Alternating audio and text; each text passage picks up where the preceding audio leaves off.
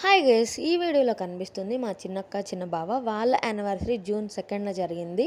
So మేము ఆ యానివర్సరీని ఏబీస్కి వెళ్ళి సెలబ్రేట్ చేసుకున్నాం అనమాట. మేము ఏబీస్కి వెళ్ళి ఎంత ఎంజాయ్ చేసాము, ఫుడ్ ఏం తిన్నాము, ఇవన్నీ నేను పార్ట్స్గా అప్లోడ్ చేస్తా. ఇప్పుడైతే వాళ్ళ యానివర్సరీ ఎలా సెలబ్రేట్ చేస్తారో వీడియో చూడండి, మనం మళ్ళీ మాట్లాడుకుందాం.